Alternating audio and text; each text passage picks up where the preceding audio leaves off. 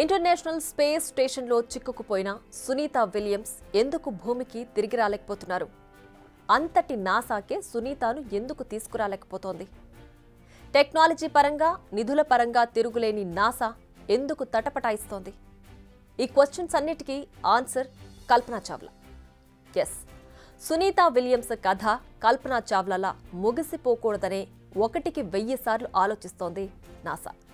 ఇంతకీ కల్పనా చావ్లాకి సునీతా విలియమ్స్కు లింక్ ఏంటి?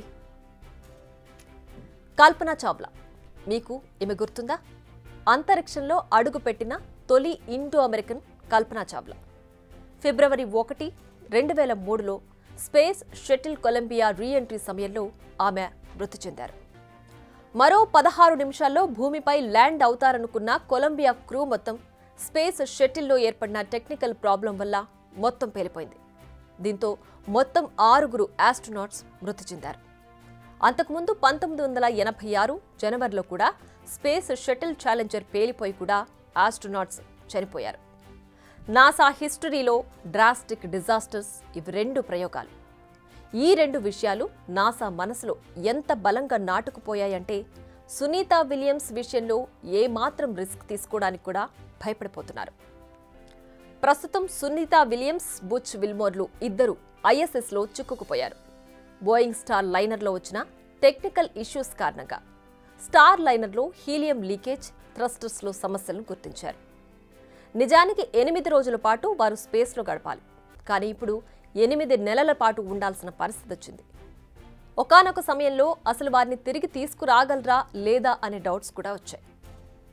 నాసా వారి గురించి ఎంతలా ఆలోచిస్తుందంటే స్టార్ లైనర్లో వారిని తీసుకొచ్చే సాహసం కూడా చేయడం లేదు. వారిద్దరి కోసం కోట్లు ఖర్చు చేసి మరో స్పేస్ షటిల్ను పంపేందుకు సిద్ధమైంది. దీనికోసం స్పేస్ ఎక్స్తో చర్చలు జరుపుతోంది. స్పేస్ ఎక్స్ క్రూ 9 రాకెట్ను పంపనున్నారు. ఇది 2025 ఫిబ్రవరిలో వెళ్లనుంది. నిజానికి ప్రస్తుతం ఐఎస్ఎస్లో ఓ స్పేస్ ఎక్స్కు చెందిన స్పేస్ షటిల్ పార్క్ చేసింది. సెప్టెంబర్లో ఇది భూమి మీదకు రిటర్న్ కానుంది. కానీ ముందుగానే ఇద్దరు రావడానికి సిద్ధమవడంతో సునీతాకు ఇందులో చోటు దక్కలేదు. ఐఎస్ఎస్లో మరో స్పేస్ షటిల్ సుయాజ్ కూడా ఉంది.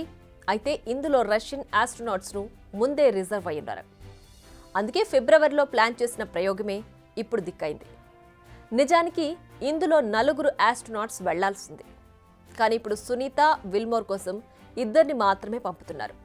రిటర్న్ జర్నీలో 4 తిరిగి రానున్నారు. మరి బోయింగ్ స్టార్ లైనర్ పరిస్థితి ఏంటి? ఈ స్పేస్ క్రాఫ్ట్ నెక్స్ట్ వీక్ భూమి మీదకి తిరిగి రానుంది. ఇందులో ఎలాంటి క్రూ ఉండరు.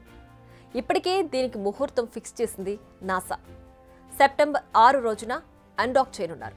ఇది 6 గంటల ప్రయాణం తర్వాత న్యూ మెక్సికోలోని వైట్ శాండ్ స్పేస్ హార్బర్లో ల్యాండ్ కానుంది. స్పేస్ క్రాఫ్ట్ రిటర్న్ జర్నీ మొత్తం ఆటోమేటిక్గా జరగనుంది. ఈ ఆపరేషన్ మొత్తం ఫ్లోరిడా నుంచి కంట్రోల్ చేయనున్నారు. ఓవరాల్గా చూస్తే నాసా ప్రస్తుతం ఎలాంటి రిస్క్ తీసుకునే ఆలోచన లేదు. గత అనుభవాలను దృష్టిలో ఉంచుకుని ఆచితూచి అడుగులు వేస్తోంది. అందుకోసం ఎన్ని నెలలైనా వెయిట్ చేసేందుకు రెడీ అవుతుంది తప్ప తొందరపడి ఎలాంటి నిర్ణయాలు తీసుకోవడం లేదు. బిగ్ టీవీ అవుట్లుక్ కథనాలు నచ్చితే వెంటనే బిగ్ టీవీ ఛానల్ ను సబ్స్క్రైబ్ చేయండి.